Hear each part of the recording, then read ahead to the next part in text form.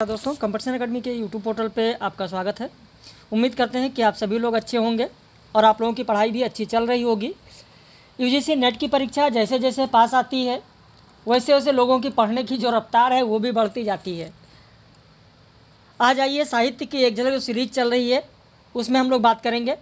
साहित्य की एक झलक की सीरीज ये 29वीं सीरीज चल रही है, इस समय आज हो रही है। यदि आप भी चैनल पर नए हैं तो चैनल को सब्सक्राइब कर लीजिए ताकि जब भी वीडियो पब्लिश किया जाए तो उसका नोटिफिकेशन आपको मिले।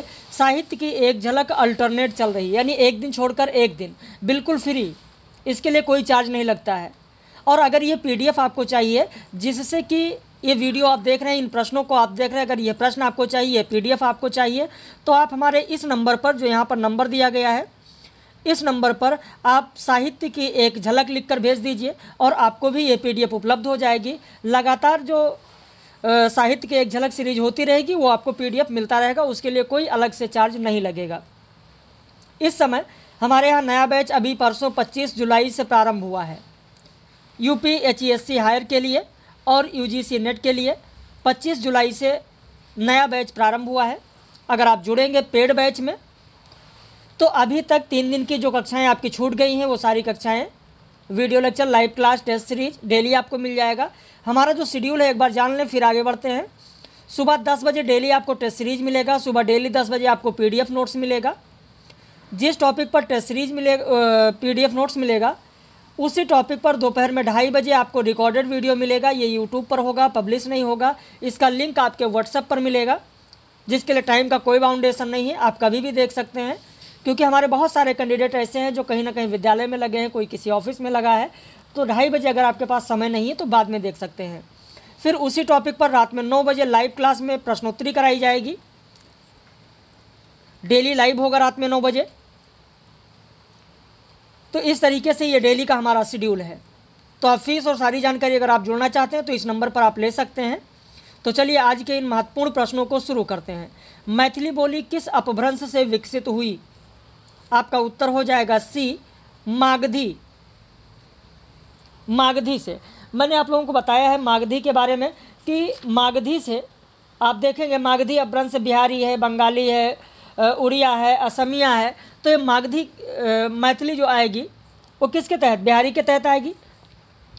भोजपुरी का नामकरण किसने किया? Bankidas, Grierson, Raymond, Colebrook.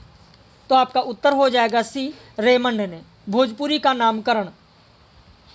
जबकि अगर बांकीदास की बात करें तो इन्होंने डिंगल का नामकरण किया है। ग्रियर्सन की बात करें तो इन्होंने बिहारी का नामकरण किया है। जबकि कोलब्रुक की बात करें तो इन्होंने मैथिली का नामकरण किया है। जाटू और चमरवा किसकी उपबोली है? प्रश्न संख्या 3। तो आपका उत्तर हो जाएगा ए, हरियाणवी का। बाकी ब्रजभाषा के बारे में आप जानते हैं, जिसे अंतर्वेदी कहा जाता है। इसके अंदर भुक्सा है, जादोबाटी है, डांगी है, ये सब आ जाएगा। छत्तीसगढ़ी के बारे में जो खलटाही और लरिया इसकी बोलियां हैं इसके बारे में पूछा जाता है। बघेली की जो रिवाई है, निवट्टा है, उसके बारे में पूछा जाता है। ओकार बहुला बोली कौन सी नहीं है? ध्यान देना, ओकार बहुला कौन सी नहीं है? तो आपका उत्तर हो जाएगा डी, ओकार बहुला नहीं है, यानी कौरवी। ये आकार बहुला है, ओकार नहीं है, फिर कौन सा है? तो आकार बहुला है। भाई कौरवी हो गई, आपके हरियाणवी है, दक्कनी है, ये सब आकार बहुला है। वैसे बोलियों के बारे में या इनके वर्गीकरण के बारे में मैंने आप लोगों को जो ऑथेंटिक किताबें हैं वहाँ से सारी चीज़ें मैंने कराया है। याद होगा आप लोगों को, हार्नले ने जो वर्गीकरण दिया है, हार्नले का वर्गीकरण मैंने आपको कराया। ग्रियर्सन का वर्गीकरण मैंने आप लोगों को दिया है। उसके अलावा सुनीत कुमार चटर्जी का वर्गीकरण दिया गया, धीरेन्द्र वर्मा का वर्गीकरण दिया गया, सीताराम चतुर्वेदी का वर्गीकरण दिया गया, भोलानाथ तिवारी ने जो वर्गीकरण दिया है वो मैंने आप लोगों को बताया। यानी जो भोलानाथ तिवारी की किताब है हिंदी भाषा का संक्षिप्त इतिहास, उससे कहाँ कहाँ से प्रश्न बन सकते हैं वो तथ्य मैंने आप लोगों को बताया। हिंदी भाषा का उद्गम और विकास जो उदय नारायण तिवारी की किताब है वहाँ से कराया गया। श्याम सुंदर दास की जो किताब है हिंदी भाषा और साहित्य, उससे कराया गया। धीरेन्द्र वर्मा की जो किताब है हिंदी भाषा का साहित्य, उससे कराया गया। और कामता प्रसाद गुरु की जो किताब है हिंदी भाषा का व्याकरण, वहाँ से कराया गया। कहाँ से कौन से प्रश्न बन सकते हैं, कौन से तथ्य पूछे जा सकते हैं, वो सारी चीज़ें ऑथेंटिक किताब से ही कराई जाती हैं पेड बैच में। तो एक एक तथ्य आप लोगों को कराया जाता है। जैसे आपको बताएं, धीरेन्द्र वर्मा की जब मैं बात करता हूँ, धीरेन्द्र वर्मा की जो किताब है हिंदी भाषा का इतिहास, तो जैसे बहन, दो भाषाओं के बीच में बहन का संबंध या माता पुत्री का संबंध, इस तरीके का अगर कहीं भी कथन मिलता है तो 90% आप मानकर चलिए कि वो धीरेन्द्र वर्मा का है। भाई 10% तो अपवाद के रूप में आप छोड़ दीजिए। बाकी धीरेन्द्र वर्मा की किताब अगर आपने पढ़ी है या आपने देखा है कभी हिंदी भाषा का इतिहास, धीरेन्द्र वर्मा, तो दो भाषाओं या बोलियों के बीच में जो बहन का संबंध या माता पुत्री का संबंध है वो ज़्यादातर कथन आपको धीरेन्द्र वर्मा की किताब में मिलेगा। जैसे बिहारी को बंगला का बहन कहा जा सकता है, धीरेन्द्र वर्मा ने कहा। हिंदी भाषा बिहारी की चचेरी बहन है, धीरेन्द्र वर्मा का कथन है। यह बिहारी 3 लिपियों में लिखी जाती है, देवनागरी, कैथी, मैथिली, आपको धीरेन्द्र वर्मा की किताब में मिलेगा। बंगाली और उड़िया आपस में बहनें हैं, धीरेन्द्र वर्मा का कथन है। बंगाली और उड़िया के बीच में जो संबंध है वो माँ बेटी का नहीं है, धीरेन्द्र वर्मा ने कहा है। उड़िया साहित्य विशेष रूप से श्री कृष्ण से के संबंध में है, धीरेन्द्र वर्मा ने कहा है। दक्षिण में महाराष्ट्री प्राकृत की पुत्री मराठी भाषा है, धीरेन्द्र वर्मा ने कहा। पूर्वी पहाड़ी की मुख्य बोली नेवारी है, धीरेन्द्र वर्मा की किताब में मिलेगा। जन्म से उर्दू और आधुनिक साहित्यिक हिंदी सगी बहनें हैं, धीरेन्द्र वर्मा ने कहा। तो इस तरीके से जो बहन या माता और पुत्री के बीच का संबंध दिखाया गया भाषाओं के बीच में, वो ज़्यादातर धीरेन्द्र वर्मा का।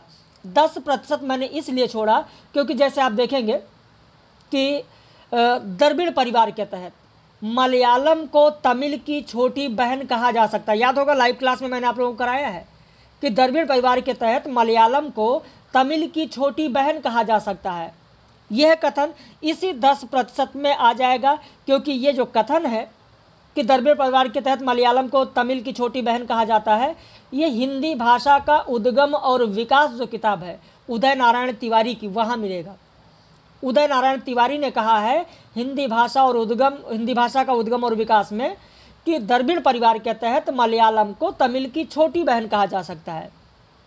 तो इस तरीके से छिटपुट एक आध कथन आपको कहीं विरले मिल जाएंगे, वो मैंने 10% में छोड़ रखा है। बाकी 90% अगर दो भाषाओं के बीच में बहन या माता पुत्री का संबंध आता है तो वो धीरेन्द्र वर्मा का कथन होगा। यह कन्नौजी का क्षेत्र ब्रजभाषा और अवधी के बीच में है, धीरेन्द्र वर्मा का कथन। तो इस तरीके से जो ऑथेंटिक किताबें जो पढ़ते हैं आप लोग, तो ये बहुत सारी जानकारियाँ आप लोगों को मिलती हैं। खैर, हम लोग आगे बढ़ते हैं, प्रश्न संख्या 6 पर आते हैं। नहीं तो लोग सोचेंगे कि सर तो अलग ही टाइम वेस्ट कर दिए, लेकिन अगर टाइम वेस्ट किया जाता है तो सिर्फ आपके ज्ञान के लिए, अलग से मैं अपने जीवन की कोई बातें उसमें नहीं शेयर करता हूँ, ध्यान रखिएगा। अगला प्रश्न, शिव सिंह सरोज किस रचना पर आधारित माना जाता है? आपका उत्तर हो जाएगा बी, कालिदास हजारा। कालिदास हजारा। हिंदी नवरत्न में किसके कहने पर कबीर का नाम जोड़ा गया? तो आपका उत्तर हो जाएगा ये, दुलारे लाल भार्गव के कहने पर हिंदी नवरत्न में कबीर का नाम जोड़ा गया। खड़ी बोली हिंदी साहित्य का इतिहास किसकी रचना है? आपका उत्तर हो जाएगा ए, ब्रजरत्न दास। ब्रज माधुरी सार किसकी रचना है? आपका उत्तर हो जाएगा बी, बियोगिहारी की रचना है। कविदेव के बारे में किसने कहा है कि इनको किसी कवि से न्यून कहना इनके साथ अन्याय समझ पड़ता है, परंतु इनको सर्वश्रेष्ठ कहना तुलसी और सूर्य के साथ अन्याय होगा? तो ये कहा है मिश्र बंधुओं ने। हिंदी नवरत्न की जब बात आती है, हिंदी नवरत्न जब आप पढ़ेंगे तो वहाँ पर आपको मिश्र बंधुओं ने कहा, ये आपको मिलेगा। मनुष्य ही साहित्य का लक्ष्य है, किसका कथन है? आपका उत्तर हो जाएगा डी, हजारी प्रसाद द्विवेदी। लिखने की सजगता जीवंतता को कम करती है, जबकि कहने की सजगता जीवंतता को बढ़ाती है, कथन किसका है? आपका उत्तर हो जाएगा बी, रामस्वरूप चतुर्वेदी। वियोगी हरि को ब्रजमाधुरी सार के संपादन की प्रेरणा किससे मिली? आपका उत्तर हो जाएगा सी, राधा चरण गोस्वामी। श्याम सुंदर दास की रचना कौन सी नहीं है? तो आपका उत्तर हो जाएगा डी, हिंदी के मुसलमान कवि नहीं है, क्योंकि यह गंगा प्रसाद सिंह की रचना है, हिंदी के मुसलमान कवि। सुकवि सरोज किसकी रचना है? आपका उत्तर हो जाएगा बी, गौरी शंकर द्विवेदी की है। भारतेंदु को स्वच्छंदता काल किसने कहा है? तो आपका उत्तर हो जाएगा ए, गणपति चंद्र गुप्त ने कहा है। भक्ति काल का नाम पूर्व मध्यकाल किसने दिया? उत्तर हो जाएगा आपका ए, डॉक्टर नगेंद्र ने। आदिकाल को अपभ्रंश काल जातीय साहित्य किसने कहा है? आपका उत्तर हो जाएगा सी, बच्चन सिंह ने कहा है। जबकि वासुदेव सिंह ने उद्भव काल कहा, धीरेन्द्र वर्मा ने अपभ्रंश काल कहा, हजारी प्रसाद द्विवेदी ने आदिकाल कहा है। विद्यापति के पदावली के बारे में किसने कहा कि श्री कृष्ण व राधा संबंधी जो पद उन्होंने लिखा है उसमें भक्ति न होकर वासना है? आपका उत्तर होगा ए, रामकुमार वर्मा ने कहा है। लुइपा की साधना से प्रभावित होकर कहाँ के राजा और मंत्री ने शिष्यता ग्रहण कर ली थी? उत्तर हो जाएगा बी, उड़ीसा। नाथ संप्रदाय के संस्थापक आदिनाथ को किसका अवतार माना जाता है? तो शिव का अवतार माना जाता है।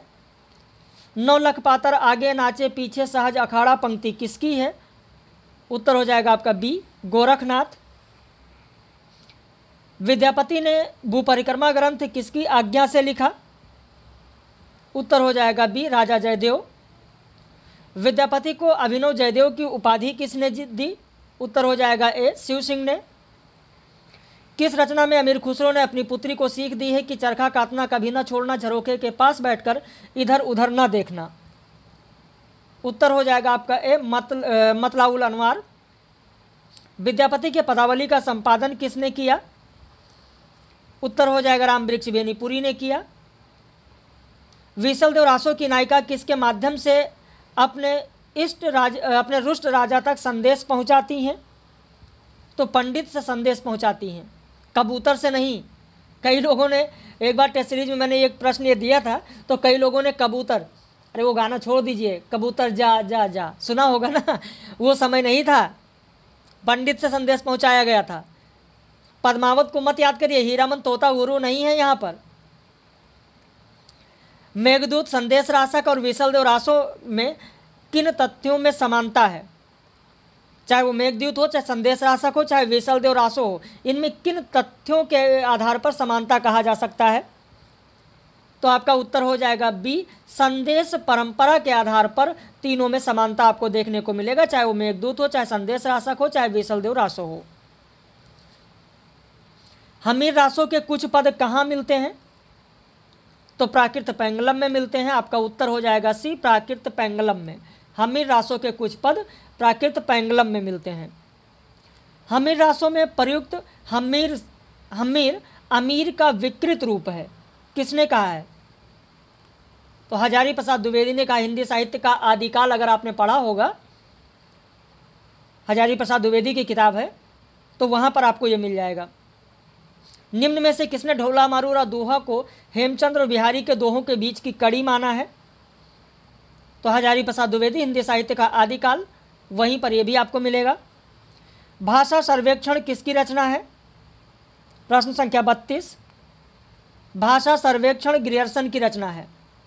देखिए, ग्रियर्सन की रचना या और भी रचनाओं की अगर हम बात करें तो ज़्यादातर रचनाएं हिंदी भाषा का इतिहास जो धीरेन्द्र वर्मा का है।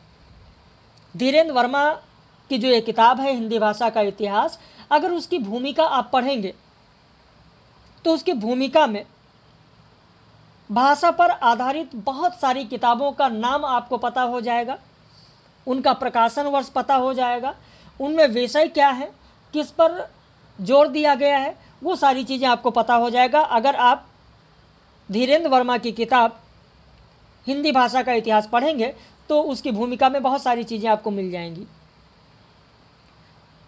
भाषा, प्राकृत भाषा को अर्धमागधी, चूलिका, पैसाची और अपभ्रंश में किसने विभाजित किया है? तो आपका उत्तर हो जाएगा बी, हेमचंद्र ने। जहाँ पर आप देखेंगे कि अर्धमागधी को हेमचंद ने अर्धमागधी को यहाँ पर आरसी भी कहा जाता है और हेमचंद प्राकृत के पाणिनि भी कहे जाते हैं। इनकी चूलिका पैसाची को दंडी ने भूतभाषा भी कहा है। इन्होंने यानी हेमचंद ने भट्टी के समान एक द्वाश्रय काव्य भी लिखा है। तो ये सारे तथ्य हैं जो परीक्षाओं में पूछे जाते हैं। वैसे आप लोगों से एक प्रश्न देखते हैं कि कितने लोग उत्तर देते हैं, कमेंट करके ज़रूर बताइएगा। 2 प्रश्न, एक नहीं 2 प्रश्न पूछेंगे। पहला तो ये कि अमीर खुसरो को किसने घटमान कवि कहा है? अमीर खुसरो को किसने घटमान कवि कहा? घटमान कवि, अमीर खुसरो को घटमान कवि किसने कहा है? पहला प्रश्न। अच्छा, विकल्प चाहिए भाई? कुछ लोग कहने लगते हैं ना कि सर विकल्प चाहिए, वह विकल्प ले लो। भोलानाथ तिवारी, उदय नारायण तिवारी, श्याम सुंदर दास, धीरेन्द्र वर्मा। अगर विकल्प आपको चाहिए तो भोलानाथ तिवारी, उदय नारायण तिवारी, श्याम सुंदर दास, धीरेन्द्र वर्मा, 4 नाम मैंने दे दिया विकल्प में। अब आपको बताना है कि अमीर खुसरो को घटमान कवि किसने कहा है। और अगर किताबों का नाम आपको चाहिए तो किताबों का नाम: हिंदी भाषा का संक्षिप्त इतिहास, हिंदी भाषा का उद्गम और विकास, हिंदी भाषा का साहित्य, हिंदी भाषा का इतिहास। ये जो 4 मैंने रचनाकारों का नाम बताया, भोलानाथ तिवारी, उदय नारायण तिवारी, श्याम सुंदर दास, धीरेन्द्र वर्मा, उनकी किताबों का नाम बता दिया, उसी में आपको मिलेगा। अब विकल्प भी है, किताब का नाम भी आपके पास है कि अमीर खुसरो को घटमान कवि किसने कहा। ये तो हो गया पहला प्रश्न। दूसरा प्रश्न, चंद्र शर्मा गुलेरी का जो लेख था पुरानी हिंदी, पुरानी हिंदी, चंद्र शर्मा गुलेरी का लेख पुरानी हिंदी नागरी प्रचारणी पत्रिका के किस अंक में प्रकाशित हुआ था? चंद्र शर्मा गुलेरी का लेख पुरानी हिंदी नागरी प्रचारणी पत्रिका के किस अंक में प्रकाशित हुआ था? भाग बता दें? चलिए भाग 2, भाग 2 अंक कौन सा होगा? अंक आपको बताना है, भाग 2 के किस अंक में प्रकाशित हुआ था, बताएंगे ना आप लोग? चलिए ठीक है, देखते हैं कि कितने लोग कमेंट करके बताते हैं। अगला प्रश्न देखिए, वररुचि के प्राकृत के कितने भेद माने हैं? प्रश्न संख्या 34। आपका उत्तर हो जाएगा ए, 4 भेद माने हैं।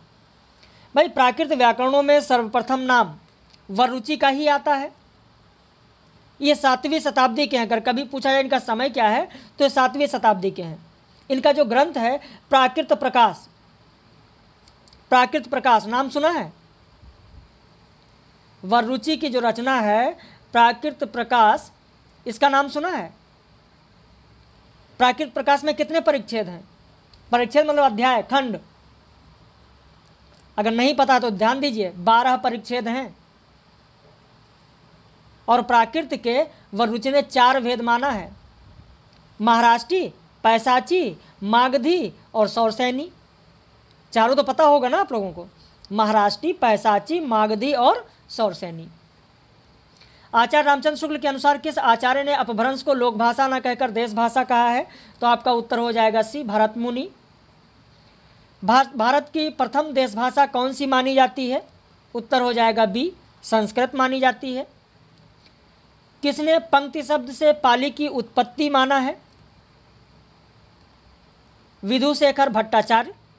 विश्व की भाषाओं को मुख्यतः कितने भाषा परिवारों में विभाजित किया गया है? सी हो जाएगा आपका 10। मिश्र बंधु विनोद में हिंदी साहित्य के इतिहास को कितने कालों में विभाजित किया गया है? आपका उत्तर हो जाएगा 5 कालों में विभाजित किया गया है। आचार्य रामचंद्र शुक्ल ने अपने साहित्य इतिहास को कितने कालों में विभाजित किया है?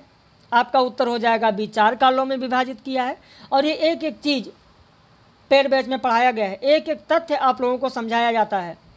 The modern vernacular literature of Hindustan के किस अध्याय में काल विभाजन का स्पष्ट निर्देश है? उत्तर हो जाएगा आपका डी, 12। कितने काल? तो 12। अगला प्रश्न देखें, महाभोज में मसाल नामक साप्ताहिक पत्रिका के सह संपादक, मैंने संपादक नहीं पूछा है, मैंने सह संपादक पूछा, मुख्य संपादक नहीं। सह संपादक कौन थे? तो आपका उत्तर हो जाएगा बी, भवानी दादा। महाभोज में जमुना बहन से किसने कहा है कि पैसे ने अहंकार तो दिया, संस्कार नहीं? तो ये कहते हैं दादा साहब।